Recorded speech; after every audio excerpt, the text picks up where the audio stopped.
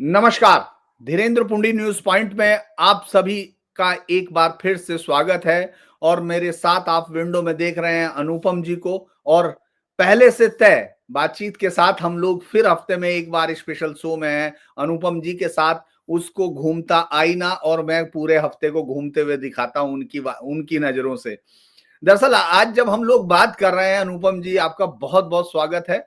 और उस बातचीत में मैं ये जरूर कहना चाहूंगा कि आज हम जो बात कर रहे हैं, 6 दिसंबर भी है, तमाम चीजें माहौल मौजूद है, लेकिन बाबरी की बात लोग भुला नहीं रहे। जबकि दुनिया में ऐसी कोई सभ्यता हमको नहीं दिखती है अनुपम जी, जिसने अपने घावों को अपनी ताकत के बावजूद भी कानूनी तरीके से उसको लड़ा हो, अपमान को सहा हो। मुझे हुमायूं कबीर की बाबरी मस्जिद से कोई लेना देना नहीं, क्योंकि मुझे मालूम है उसके नाम रख लेने से कुछ नहीं होता है। लेकिन जो एक लेजिस्लेचर है, जिसको आज भी कहा जाता है, उसने वीडियो जारी किया और उसने कहा हम अपने बच्चों को सिस्कियों में भी बताएंगे कि शहीद हुई है।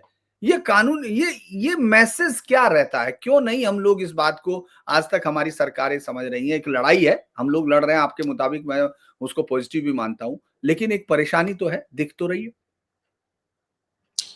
देखिए पुनीत साहब, मैं इधर लगातार 3-4 दिन से एक बात कह रहा हूं, पहले भी कहता रहा हूं और आपके चैनल पर रिपीट कर रहा हूं कि पिछले 11 साल में 1000 के आसपास मस्जिद, मदरसे, दरगाह और ये तमाम चीजें आपने देखा है कि पूरे भारत में गिरी हैं। हिंदुस्तान में एकदम बुलडोजर की बाढ़ आ गई है। 11 साल में क्या नहीं गिरा है। लेकिन बात जब होती है तो केवल बाबरी की होती है। कोई नहीं कहता कि साहब दिल्ली में वो पुरानी मस्जिद गिरा दी, तो प्रयागराज में गिरा दी, तो बल्कि आपको बताऊं कि एक मस्जिद और 32-33 मज़ारें तो हरिशंकर जैन जी की मदद से मैंने यहाँ चंद्रशेखर उद्यान में ही गिराई है, जहाँ पे चंद्रशेखर आज़ाद जी ने अपना बलिदान दिया था। वहाँ पे भी कब्जा हो गया था, सब खाली कराई। पर देखिए कोई उसकी शिकायत नहीं करता। पूरे देश में 1000 मस्जिदें, दरगाहें, मदरसे गिर गए, कोई शिकायत नहीं करता। बात हमेशा बाबरी की आती है। एक पक्ष शौर्य दिवस कहता है और एक पक्ष शोक दिवस कहता है, काला दिवस कहता है। तो इसी में इसका राज छुपा है। बात समझिए, ये जो आजकल धुआंधार मदरसे गिर रहे हैं, मस्जिदें गिर रही हैं, दरगाहें गिर रही हैं, ये सरकार गिरा रही है, कानूनी तरीके से गिरा रही है, अवैध कब्जे के नाम पे गिरा रही है। सो मच सो कि इनको हाई कोर्ट और सुप्रीम कोर्ट से भी रिलीफ नहीं मिल रही है। तो ये कानूनी तरीका है इनको गिराने का। बाबरी का नाम क्यों नहीं खत्म होता, बाबरी का दर्द क्यों नहीं जाता? समझिए, 1000 साल में पहली बार ऐसा हुआ कि हिंदू ने कानून अपने हाथ में लिया। 1000 साल में हिंदुओं ने कानून पहली बार अपने हाथ में लिया। अपने हाथ में कुदाल ली, अपने हाथ में फावड़ा लिया और जाके तीनों गुंबद ध्वस्त कर दिए। सरकार रोकती रही, पुलिस रोकती रही, कोर्ट रोकती रही, सुप्रीम कोर्ट रोकती रही, किसी की नहीं सुनी, ले जाके ध्वस्त कर दिया। तो भाई उन्होंने वो दिखाया कि 1000 साल से उनके मंदिरों के साथ जो हो रहा था, वो पहली बार उन्होंने कानून अपने हाथ में लिया और ले जाके ध्वस्त कर दिया। ये बात मुस्लिम समुदाय को भयभीत करती है। ये बात मुस्लिम समुदाय को डराती है कि जिस दिन हिंदू एक हो जाएगा और इस तरह हाथ में कुदाल उठा लेगा, फावड़ा उठा लेगा और कानून अपने हाथ में ले लेगा, और एक हाथ में एक में कुदाल और एक में कानून ले लेगा, तो फिर कोई बचा नहीं सकता। इसलिए बाबरी आज भी इशू है, इसलिए बाबरी आज भी शोक दिवस, काला दिवस है, और इसीलिए हिंदू उसको शौर्य दिवस कहता है, क्योंकि वो हिंदुओं का शौर्य सामने आया कि साहब बहुत हुआ, अब कानून भी हमारे हाथ में और हथियार भी हमारे हाथ में और हमने जो चाहा कर लिया। तो ये वो एक अंतर है जो बाबरी के ढांचे को बाकी सब मस्जिदों से अलग करता है। अच्छा, दूसरी बात, इसमें भविष्य का डर छुपा है। जो आज बाबरी में किया, कल ज्ञानवापी में कर देंगे, परसों मथुरा वृंदावन में कर देंगे, नरसों संभल में कर देंगे, कहीं कर देंगे। समझिए बात ना, आज भी हिंदू इस देश में 80% बहुसंख्यक है। अगर 80% बहुसंख्यक हिंदू अपने हाथ में कानून ले ले तो क्या हो सकता है, उसकी मिसाल है बाबरी और उसका डर है बाबरी। पुनीत सर, अच्छा, ये एक चीज हम देख रहे हैं, जैसे क्या ये एक प्रयोग आपको लगता है कि वो जो मालदा मुर्शिदाबाद में पहले ममता बनर्जी ने किया, कोशिश की कि भाई ठीक है, पहले भी ये इस तरह के बयान देता रहा तो चेक करते हैं पानी को। अभी फिर जब उसने देखा हुमायूं कबीर ने नींव रख दी, तो उससे पहले उन्होंने उसको पार्टी से भी निकाल दिया, पार्टी से निकाल के निष्कासित कर दिया। लेकिन आप वहां देखेंगे, वहां फिर भी हजारों की भीड़ वो दिख रही है। वो भीड़ आज दो भी लाख 2 लाख आदमी दैनिक भास्कर कह रहा है, दैनिक भास्कर कह रहा है 2 लाख आदमी इकट्ठा है। तो ये 2 लाख लोग जो हैं, ये किसी इमारत को बनाने नहीं आए, ये किसी मस्जिद को बनाने नहीं आए।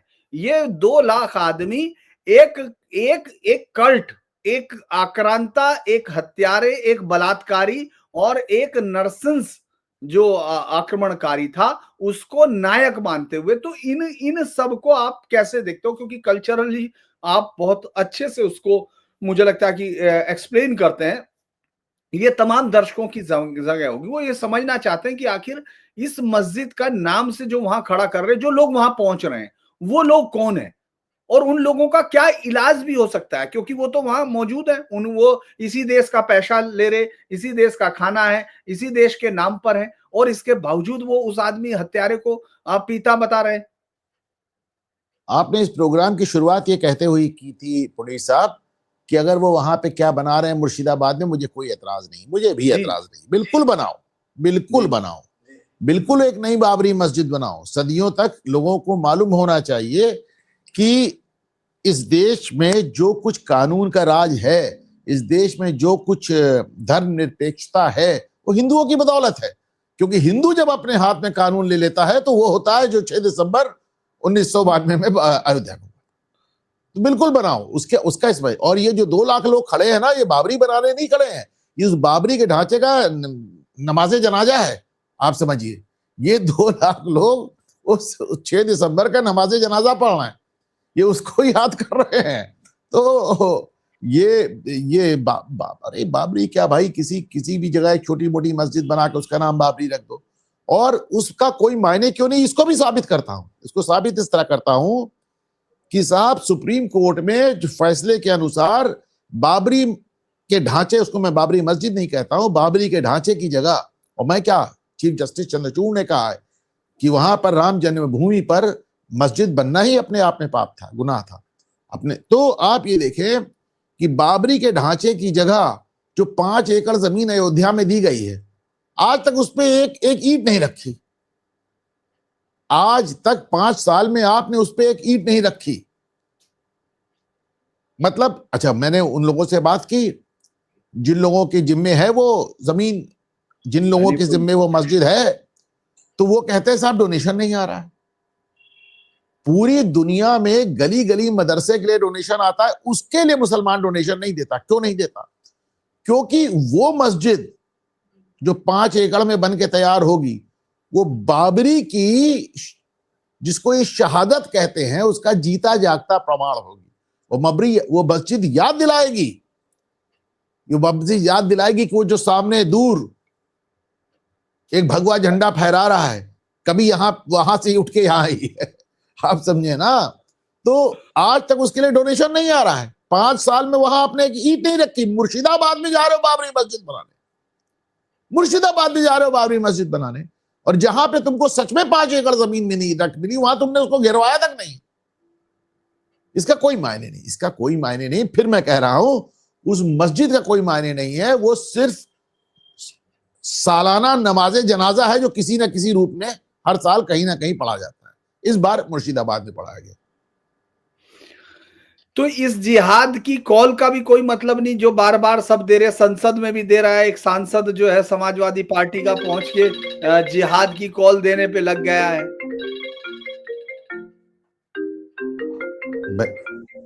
जी, जो एक सांसद जिहाद की कॉल देने पहुंच गया है संसद में, और एक मदनी साहब है जो पता नहीं कब से इस देश में जिहाद की मसाल लिए घूम रहे हैं। लेकिन इसका मतलब ये है कि ये सब जो है एक फ्रस्ट्रेशन आपको दिखाई देता है, लेकिन इनके फ्रस्ट्रेशन में भी हमेशा आपको मालूम है कि जो पलट के आते हैं, चाहे आपने देखा होगा 46 में देखा, डायरेक्ट एक्शन डे में देखा, वो सब चीजें तो छुपी रहती हैं, अगर मैं सीधे तौर पर कहूं। क्योंकि अब हमको सही कहने में, सही को सही कहने में हमको भी डर नहीं होना चाहिए जब किसी और को नहीं होता है। किसी को लपेटने की जरूरत नहीं पड़ती, अगर स्ट्रेटजी बदलनी पड़ती है, आइडियोलॉजी नहीं बदलती है, तो हम लोगों को भी सही बोलना चाहिए। तो इनकी इस कॉल का मतलब क्या है, ये कॉल किसको देना चाहते हैं? पुनीत साहब ध्यान से सुनिए, मैं प्रिंट मीडिया का आदमी हूं, मेरे लिए कॉमा फुल स्टॉप मायने रखता है। वो जिहाद की बात नहीं कर रहे हैं। मदनी और मोइबुल्ला नदवी, इन दोनों ने दोबारा जिहाद कहा है। इट्स नॉट जस्ट जिहाद, दोबारा जिहाद, दोनों के लफ्ज हैं, दोबारा जिहाद करना पड़ेगा। पहला जिहाद था जो मोहम्मद बिन कासिम से लेकर औरंगजेब तक चला, कायदे से उनको तिबारा जिहाद कहना चाहिए। पहला जिहाद था जो मोहम्मद बिन कासिम से लेकर औरंगजेब तक चला। दूसरा जिहाद था जो औरंगजेब के बाद से लेके अभी 2014 तक या बल्कि 2025 तक चल रहा है। ये तीसरा जिहाद। देखिए जिहाद रुका कब, जिहाद रुका कब? कॉल वाली बात अलग है, जिहाद रुका कब आप बताएं? प्लेसेस ऑफ वर्शिप एक्ट क्या था? जिहाद नहीं था तो क्या था?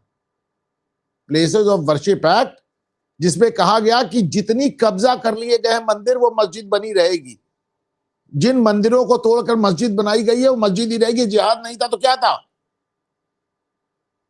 मुस्लिम पर्सनल लॉ बोर्ड जिहाद नहीं तो क्या है? मुस्लिम पर्सनल लॉ जिहाद नहीं है तो क्या है? शरीयत का कानून जिहाद नहीं तो क्या है? कम्युनल वायलेंस बिल जो आया था जिहाद नहीं तो क्या था? आप बताइए। वक्फ एक्ट जो चल रहा था वो जिहाद नहीं तो क्या है? जिहादी तो है। खाने में थूक देना, लड़कियों को धोखा देना, नाम बदल के नॉनवेज खिलाना, ये जिहाद नहीं तो क्या था? भाई जिहाद कब रुका? तुम्हारे कहने से कोई तलवार लेके घोड़े पे तो उतर नहीं आएगा। बाकी तो जिहाद चल ही रहा है पुलिस। एक बात और ध्यान रखिएगा, चाहे मौलाना मदनी हो और चाहे मौलाना मोइबुल्ला नदवी हो। नदवी साहब वैसे तो पार्लियामेंट स्ट्रीट के में नमाज पढ़ाते हैं, पर चुनाव तो रामपुर से लड़े हैं ना, उत्तर प्रदेश में चुनाव तो रामपुर में लड़े हैं। और मौलाना मदनी तो सहारनपुर से आते हैं। देखिए अब सफाई देते घूम रहे हैं। जिहाद का मतलब ये नहीं था, वो था मुंह से जितना जमानी जमा खर्च करना है कर लें। जब इस तरह के बयान तौकीर रजा 3 साल से दे रहे थे, योगी सरकार ने कोई कार्रवाई नहीं की। लेकिन जिस दिन उनके बयान जमीन पर उतरे, बरेली में दंगा हुआ, उस दिन तौकीर रजा ऐसा जेल गए कि वो और उनके समर्थकों का भी बुलडोजर चढ़ गया। और आज तक तौकीर रजा की ये हिम्मत नहीं कि जमानत के लिए कोर्ट पहुंच जाए। वो जेल में ही खुश है। आप सोचिए, इसको सोच कर देखिए, बंदा जमानत की अर्जी तक नहीं डाल रहा है। तो मौलाना मदनी और मौलाना मोइबुल्ला नदवी जो चाहे जुबानी जमा खर्च कर लें, लेकिन अगर इनकी कहने की चीज जमीन तक पहुंच गई, कुछ बवाल हुआ, तो रामपुर में नदवी और सहारनपुर में मदनी, दोनों को, जैसे वो तो बाबा ने तो बड़ा, आपने उनका तो देखा योगी का, उन्होंने कितना, एक मौलाना भूल गया था कि शासन किसका है। हाँ, सोचिए, याद कीजिए उनका डायलॉग। एक मौलाना, एकदम कोट अनकोट बता रहा हूं, अपनी तरफ से एक शब्द नहीं लगा रहा हूं, फिर कह रहा हूं प्रिंट मीडिया का आदमी हूं, मेरे लिए कॉमा फुल स्टॉप मैटर करता है। एक मौलाना भूल गया था शासन किसका है, मैंने याद दिला दिया।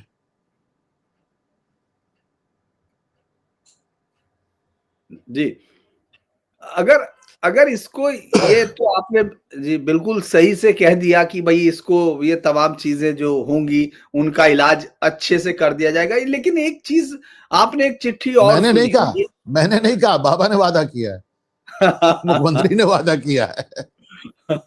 तो एक चिट्ठी याद होगा, एक विष्णु जी से लेके, विष्णु जी की भगवान खुद ही ठीक कर देंगे, अपने आप को ठीक करा देंगे। और एक है जिसने कहा कि रेड कारपेट नहीं बिछेगा और देवताओं की संपत्ति, पहले संपत्ति जो मंदिरों की है, पहली संपत्ति उसका अधिकार देवता का है।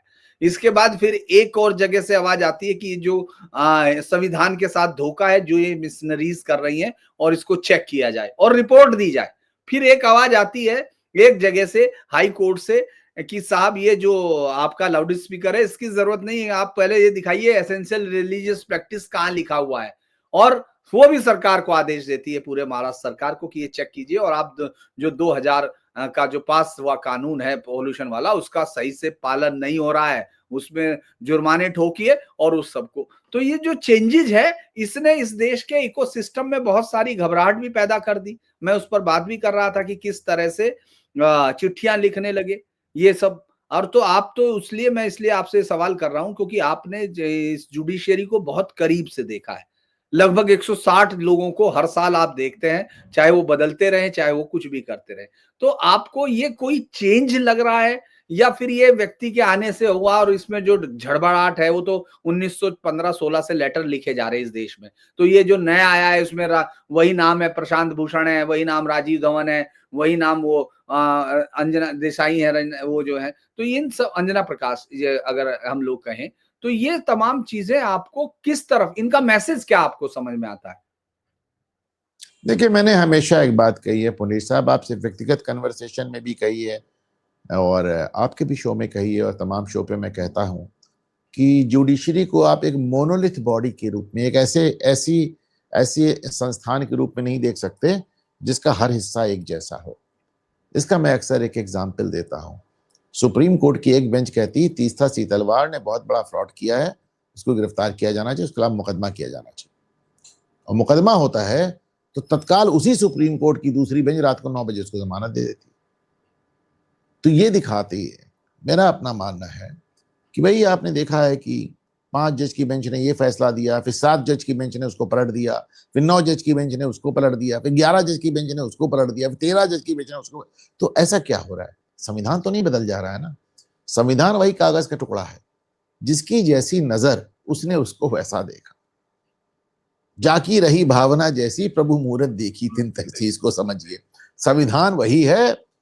अच्छा, एक बार इसको आप देखें, संविधान सभा में डॉक्टर B.R. अम्बेडकर जब चीफ जस्टिस की ताकतों का पे बहस हो रही थी, तो उन्होंने कहा चीफ जस्टिस ऑफ इंडिया ठीक है, बड़ा पद है, ये जिम्मेदारी वाला पद है, पर एक जरूरत से ज्यादा ताकत दी जाने का कोई मतलब नहीं है, क्योंकि हमें ये भूलना नहीं चाहिए कि भले ही हम उनको माई लॉर्ड कहते हैं, वो भगवान नहीं है, और उनके अंदर भी हमारे आपके जैसे तमाम गुण और दुर्गुण दोनों मौजूद है।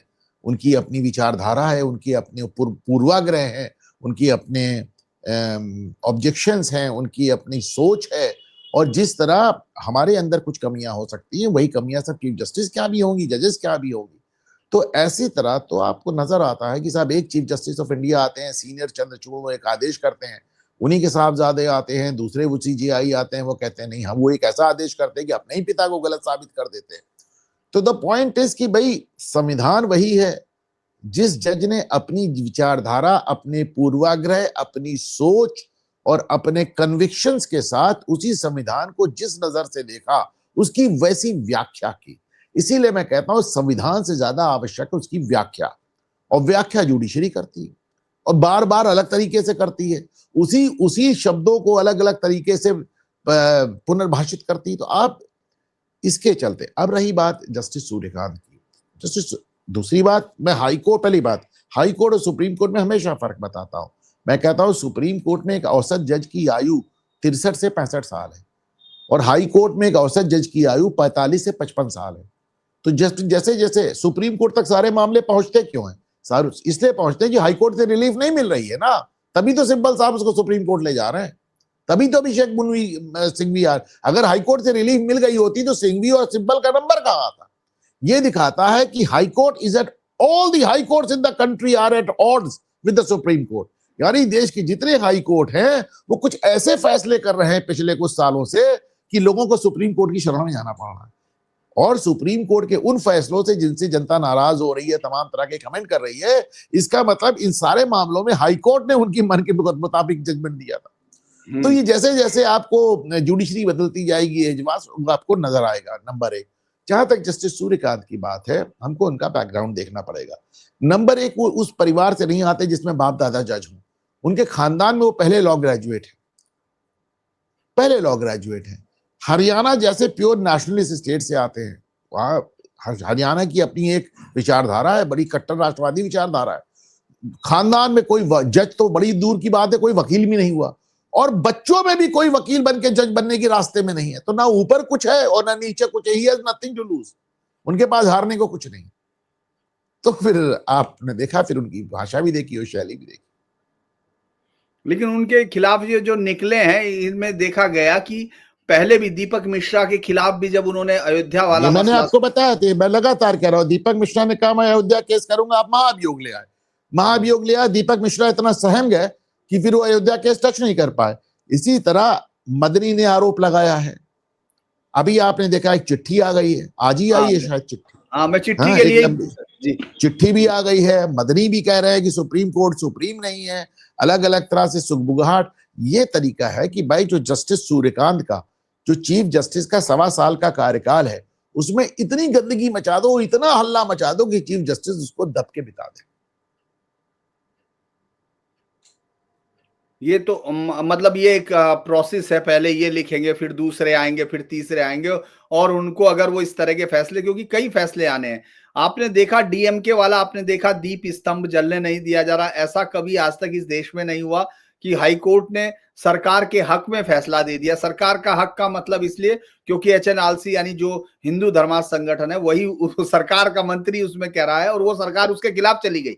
ये दरअसल इस तरह की सरकारों, आपने देखा है कि हाईकोर्ट में उसमें फाइनली कहा क्या है, जब हाईकोर्ट ने कहा कि जब मेरा फैसला सरकार ने अभी तक उसको इंप्लीमेंट नहीं किया, तो उन्होंने भक्तों से कहा है, श्रद्धालुओं से कहा है, तुम खुद जाके दिया जला लो। अब आप सोचिए, हजारों साल के मंदिर पे आप दिया इसलिए नहीं जला सकते क्योंकि वहां 25 साल पहले एक मजार बन गई। सोच के देखें। और मजार भी उस हत्यारे की है जो लड़ते हुए मारा गया विजयनगर साम्राज्य के महान योद्धा से।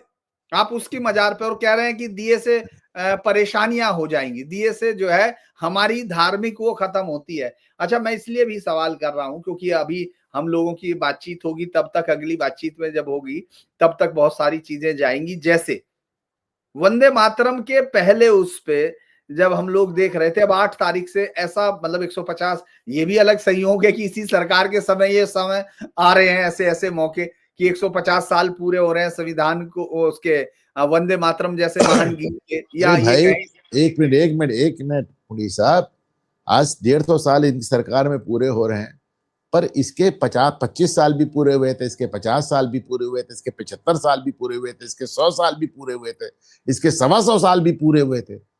ये माइलस्टोन, ये मील के पत्थर तो लगातार आते रहे हैं, ये सरकार सिर्फ उनको टेकअप कर रही है।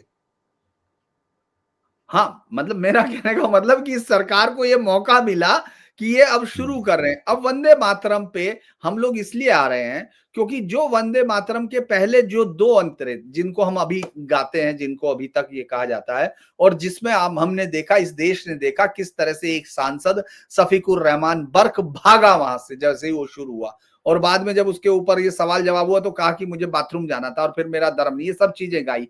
लेकिन इन दोनों अंतरों को स्वीकार करते हुए अबुल कलाम ने, मोहम्मद अली जौहर ने और तमाम लोगों ने जिन्होंने इसको खत्म कराया, जो बाकी हिस्सा है उन्होंने बाकायदा बहस करके कांग्रेस में खत्म हुआ 1937 में, सिर्फ 2 को उन्होंने अनुमति दी। उससे पहले वो सब गाए जाते थे, यहां तक कि दिगंबर पलुस्कर, विष्णु पलुस्कर साहब 1923 में जब गा रहे थे तो मंच पे से उठ के चले गए मोहम्मद अली जौहर। उन्होंने कहा कि हम सुनेंगे नहीं, क्योंकि तीसरा चौथा पांचवा जो आगे का हिस्सा है उसमें साहब धर्म की बात होती है, पहले 2 सही है। तो उस समय पहले 2 सही थे, अब जब ये आएगा, जब चर्चा होगी तो ये बात सारी खुलेंगी, और अब वो 2 से भी पारासानी होगी। जब आप जय फिलिस्तीन कहते हो संसद के अंदर, तब वो शिर्क नहीं होता, जय भारत शिर्क हो जाता है। ये जो डुप्ली ये जो इस तरह से हिपोक्रेसी है सब दिख रही है, आप समझते हैं कि ये कितने बड़ा हिस्सा होगा जब खुद प्रधानमंत्री इसको शुरू कर रहे हैं। तो आप क्या मानते हैं कि क्या क्या कर सकते हैं, इसमें क्या क्या होगा? हालांकि कांग्रेस पे इतने घड़े पानी पड़ चुका, कोई पूछेगा तो है नहीं, उनके ऊपर समंदर भी पड़ जाएगा तो भी कोई, मुझे लगता है कि अब शर्म नहीं होगी, लेकिन देश को तो पता चलेगा कम से कम। वंदे मातरम की इसको देखते हैं आप। पहली बात तो ये देखिए कि जो लोग वंदे मातरम नहीं सुन पाते, वंदे मातरम सुन के जिनकी कानों में पिघला शीशा जाने लगता है, वो लोग ये चाहते हैं कि वो अपनी लाउड स्पीकर से हमको 5 बार चिल्ला चिल्ला के कहें कि अल्लाह के अलावा और कोई पूजनीय नहीं, और हम सुने, हम उनकी अजान दिन में 5 बार सुने, और उन्हें वंदे मातरम सुनने से दिक्कत है। सारी दिक्कत इसी बात की है कि नेहरू ने, आपने समझ नहीं, आप कितना भी कंप्रोमाइज कर लो, ये चीजें खत्म नहीं होने वाली। नेहरू ने अगर वंदे मातरम के 2 स्टैंजा हटा दिए, क्या बाकी के वंदे मातरम गा लिया क्या इन्होंने? आपने 2 हटाया, वो कह रहे हैं पूरा हटाओ, हम तो और सुनेंगे पहले ही 2 नहीं। मान लिए थे, पहले 2 कहा कि ये बहुत सही है, नहीं सुने तो उसको धीरे धीरे करके अब वो उसको भी सुनने को तैयार नहीं है। नहीं आप कह तो रहा हूं, आपने उनको देश को काट के 3 टुकड़े काट दिए, 2 टुकड़े उनको दे दिए, तो क्या हुआ? उन्होंने ये हिस्सा आपको दे दिया, कह रहे हैं ये भी हमको दो। आप कितना पीछे हटोगे? ये एक तुष्टीकरण, इतिहास गवाह है भाई, हिटलर का तुष्टीकरण किया गया था म्यूनिक की संधि में। आपने सोचा पोलैंड देके बात बन जाएगी, होलैंड, हिटलर को पूरी दुनिया चाहिए थी, हिटलर को इंग्लैंड चाहिए था, यूरोप चाहिए था, फ्रांस चाहिए था। तो भैया तुष्टीकरण से इतिहास गवाह है कभी बात बनी ही नहीं। कृष्ण ने दुर्योधन का तुष्टीकरण किया, कहा 5 गांव केवल दे दो हम मान जाएंगे, वो भी नहीं माना ना, वो भी नहीं माना। तो माई पॉइंट इज कि, और ये शुरुआत से चला आ रहा है, शुरुआत से चला आ रहा है। मतलब बाकी सबको तो जाने दें, वो इकबाल जिसको हमको पढ़ाते हैं कि सारे जहां से अच्छा हिंदुस्तान हमारा, केवल 3 या 4 साल के अंदर इकबाल को अपनी नज़म बदलनी पड़ी। लाहौर में गाई थी, लाहौर में उनको दूसरी नज़म गानी पड़ी, चीनो अरब हमारा, हिंदुस्तान हमारा, मुस्लिम है हम, वतन है सारा जहां हमारा। अपनी नज़म बदलनी पड़ी उनको। तो यू आर डीलिंग विद आप एक ऐसी विचारधारा से डील कर रहे हैं जहां पर उनको आप ताकत से तो रोक सकते हैं, तुष्टीकरण से नहीं रोक सकते, और यहां नहीं पूरी दुनिया में कहीं नहीं रोक सकते। तो आप वंदे मातरम बहस का इंतजार कर रहे हैं, आप भी सुनना चाहते होंगे क्योंकि बहुत सारी चीजें। देखिए वंदे मातरम बहस का भी सिर्फ ये है ना, शर्मिंदा होना इन लोगों ने छोड़ दिया है। आप किस किस किस दुनिया में हम लोग रह रहे हैं पंडित साहब? आप अगर भाजपा को या इस देश के एक हिस्से को लगता है कि वंदे मातरम पे बहस करके आप कांग्रेस को शर्मिंदा करेंगे, तो आप किस दुनिया में जी रहे हैं? अरे कांग्रेस के राष्ट्रीय अध्यक्ष का लड़का सनातन धर्म को कौन कह रहा है? वंदे वंदे मातरम तो जाने की छोटी चीज है, और कांग्रेस में एक भी आदमी उसको रोकने को, चेक करने को तैयार नहीं, एक भी आदमी उसको चेक करने को तैयार नहीं। तो वो तो कांग्रेस के राष्ट्रीय अध्यक्ष का लड़का जो कैबिनेट मिनिस्टर है, वो कह रहा है सनातन धर्म को मिटा देंगे।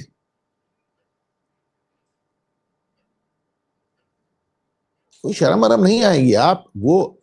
लेकिन अब एक बात भी मेरी सही हो रही है, मैं कई सालों से एक बात कह रहा हूं कि जिस तरह मुस्लिम वोट बैंक बना है और जिस तरह सारे राजनीतिक दल मुस्लिम वोट बैंक के पीछे दौड़ रहे हैं, एक दिन इस देश में हिंदू वोट बैंक बनेगा। और मेरी ये भविष्यवाणी अब सही हो रही है, धीरे धीरे सबको समझ में आ रहा है कि हिंदुओं का भी एक वोट बैंक है, इनसे पंगा थोड़ा मुश्किल होगा। अच्छा, एक सवाल और, चूंकि उस पे हम लोग हैं, ममता बनर्जी का कोई रुख आपको इतने दिन तक आप देख रहे हैं, अभी चूंकि अब लोग तैयारियां शुरू हो जाएंगी, चुनाव में जाना आना भी हम लोग शुरू कर ही देंगे इधर उधर उस सबको ग्राउंड पे, लेकिन आपका अभी तक का असेसमेंट क्या है कि ममता बनर्जी इस बार हिंदू वोट को कैसे साधेंगी? क्या वो ये सोच सकती हैं कि मैं, जैसे पिछली बार मैंने प्रधानमंत्री मोदी को कहा कि वो जो है बाहरी हैं, वो सब चल जाएगा, लेकिन पिछले कुछ समय से हम देख रहे हैं कि बीजेपी के जिस वोट बैंक को डराने की कोशिश हुई थी, जिसके साथ हत्याएं हुई, रेप हुए, उनको बाहर भागना पड़ा, वो डरा नहीं, वोट के तौर पर नहीं डरा। लोग भले ही डर गए होंगे, लेकिन वो डरे नहीं। भले ही वो सीट आपको 12 दिख रही है, लेकिन परसेंटेज ऑफ वोट बढ़ रहा है उनकी, वो 90 विधानसभाओं से ऊपर वो उस समय भी थे, यानी 2024 के चुनाव में भी वो पिछली बार के वोट से ज्यादा थे, और ममता बनर्जी कम थी। तो आपको क्या लग रहा है, ममता बनर्जी का इस समय ये जो चेंजिंग ऑफ गार्ड है, उसमें हिंदू मतों के लिए कुछ वो कर सकती है, या मतलब हिंदू बन सकती है अभी, जैसे चुनावी हिंदू बनती है? देखिए चुनावी हिंदू बन के वो या देवी सर भूतेशु पिछली बार आपने उनको करते देखा था। हाँ, मैं इस खुद वही बार था देखिए, उसमें। हाँ हाँ, तो इस बार भी देखिए आप, ममता बनर्जी अब थोड़ी भयभीत हैं। भयभीत वो कई कारणों से हैं। उन्होंने कहा था मैं फांसी पे लटक जाऊंगी पर एसआईआर नहीं होने दूंगी, एसआईआर हो रहा है। उन्होंने कहा था मुझे गोली मार दो मैं वक्फ नहीं लागू होने दूंगी, उन्हें खुद वक्फ लागू करना पड़ा। उनको सुप्रीम कोर्ट से बहुत ज्यादा उम्मीद थी, सुप्रीम कोर्ट से एसआईआर पे उन्हें कोई रिलीफ मिली नहीं। जिन घुसपैठियों को उन्होंने अपना वोट बैंक बना रखा था, उस पर जस्टिस सूर्यकांत के आवाज और उनके लफ्ज और उनके शब्द सुनकर ममता बनर्जी को पसीना छूट गया होगा। उनको बड़ी उम्मीद थी कि मैं लोकल एसआईआर में अपने बीएलओ के थ्रू बहुत ढेर सारी धांधली करा लूंगी। कराई भी उन्होंने, कराई भी। आपने देखा कि 2,200 बूथ पे पिछले 23 साल में कोई मरा ही नहीं था। आपने देखा कि करीब 6,000 बूथ पे पिछले 23 साल में इक्का दुक्का डेथ हुई है। लेकिन आपने देखा कि चुनाव आयोग ने सख्ती बरती और हालात जमीन पर बदले। मैं ये नहीं कह रहा हूं कि अभी आपने पूरा ठीक कर दिया, अभी भी ममता ने बहुत धांधलियां कर रखी, लेकिन जितनी धांधली हाथ से निकल गई, जिस समय 6 करोड़ आधार कार्ड कैंसिल होते हैं तो पता चला कि उसके 34 लाख तो उत्तर केवल वेस्ट बंगाल में निकल आए। 34 लाख इस आधार कार्ड वेस्ट बंगाल में कैंसिल हो गए और पिछली बार 27 लाख का तो फर्क ही था। तो ममता बनर्जी ने इतना ज्यादा देखा कि उन्होंने कहा कि भैया जो हमारा मुस्लिम वोट बैंक था और जो हमारा फर्जी वोट बैंक था वो तो या तो भाग रहा है या वो चुनावी लिस्ट से गायब हो रहा है या फिर वो बांग्लादेश भाग रहा है, नेपाल भाग रहा है, बाकी स्टेट भाग रहा है। तो जो हमारा भद्रलोक का वोट बैंक जब कह रहा है कि ममता दीदी अब तो पानी नाक के ऊपर चला गया, ममता इतना खुल के कहती हैं, आपको याद है मैंने उनका एक वीडियो दिखाया था जिसमें वो कह रही थी मुसलमान एक दुधारू गाय है और मैं उसकी लात खाने को तैयार हूं। तो वो ममता बनर्जी को समझ में आया कि ये बाबरी मस्जिद से मेरा रहा साहब भद्रलोक भी बिदक जाएगा, तो उन्होंने उसको रोकने का प्रयास किया। लेकिन ममता इज इन ट्रबल, ममता दिक्कत में है। और जैसा मैंने कहा था हिंदू वोट बैंक की बात आपके पिछले प्रश्न के जवाब में, तो ये बाबरी मस्जिद को रोकने का एक सिंबॉलिक प्रयास करके ममता बनर्जी ने हिंदू वोट बैंक को प्रसन्न करने का, खुश करने का, साधने का प्रयास किया है। क्योंकि जहां पर मुर्शिदाबाद में बाबरी मस्जिद ये दूसरी बना रहे हैं वो जमीन ही विवादित है। उसका ओनर कह रहा है कि साहब हमने दी ही नहीं है, इन्होंने कब्जा कर लिया, तो पेट्रोल पंप के लिए जमीन, तो जमीन ही विवादित है। ममता बनर्जी चाहती तो आज जो ये तमाशा हुआ ये नहीं होता, लेकिन ममता को ये भी मालूम है कि वो तमाशा रोकने में उनको बहुत भारी पड़ेगा। तो वो दोनों साइड को साधने का प्रयास कर रहे हैं और इतिहास गवाह है कि दोनों साइड आज तक कोई नहीं साध पाया। दुविधा में दो गए, अल्लाह मिले न राम।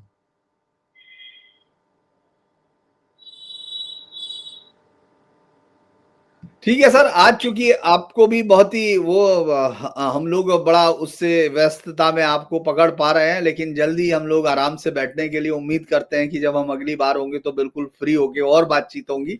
लेकिन तब तक के लिए आपको नमस्कार। तमाम लोगों को मेरा उम्मीद है पटेल कि साहब मैं बिजी जरूर था, लेकिन इतनी देर हम लोग बहुत फ्री होकर बात किए, बड़ा कंफर्टेबली बात की है। हाँ नहीं, मैं दरअसल दर्शक आपकी बातें इतनी देर तक सुनते हैं, मैं खुद भी देखता हूँ, मैं खुद भी नहीं उठता हूँ जब मैं घूमता आईना देखता हूँ, तो इसीलिए उनको लगता है कि जो भी पिछले बातचीत होती है 35 मिनट से हम लोग बात कर रहे हैं। आई एम नॉट रनिंग, मैं भागा नहीं। आप नहीं, मतलब मैंने कई बार, भाई your which is my command, आप हाँ, आपकी इच्छा मेरा आदेश है। आप कैसी बात कर रहे नहीं हैं? नहीं, हम लोग, मुझे लगता है कि दर्शकों का इतना जबरदस्त वो रहता है आपके प्रति, वो जानना चाहते हैं, और चूंकि जिस तरह आप समझाते हैं वो कई चीजें लोगों को सहजता से समझ में भी आती हैं, क्योंकि सिर्फ किताबों को पढ़ के बता देना ही एक रास्ता नहीं होता, उनको सही से समझाना भी रास्ता होता है। और खबरों के पीछे बिटवीन द लाइन की जो बात करते हैं, मुझे लगता है वो आपके वक्तव्य से समझने को मिलती है, हमको भी मिलती है और दर्शकों को भी मिलती है। तो आप जुड़े, इसके लिए बहुत बहुत धन्यवाद अनुपम जी। और तमाम दर्शकों से मेरा अनुरोध है कि लाइक कीजिए, सब्सक्राइब कीजिए, शेयर कीजिए। और जो लोग, वैसे तो सब पहुंचते हैं, क्योंकि मुझे सभी लिखते हैं कि आज उन्होंने वो देखा, बल्कि मेरे से सवाल मुझे बताते हैं कि आज हमने घूमता आईना में ये देखा है। मेरे सारे दर्शक लिखते हैं, लेकिन फिर भी जो नहीं पहुंचे वो एक बार पहुंचे, देखें कि किस तरह से नेशनल इशू को बाकी इतिहास और सामयिक दृष्टि से समझा और कहा जाता है। तो आज के लिए इतना ही। देखते रहिए न्यूज पॉइंट। धन्यवाद, नमस्कार। धन्यवाद, नमस्कार।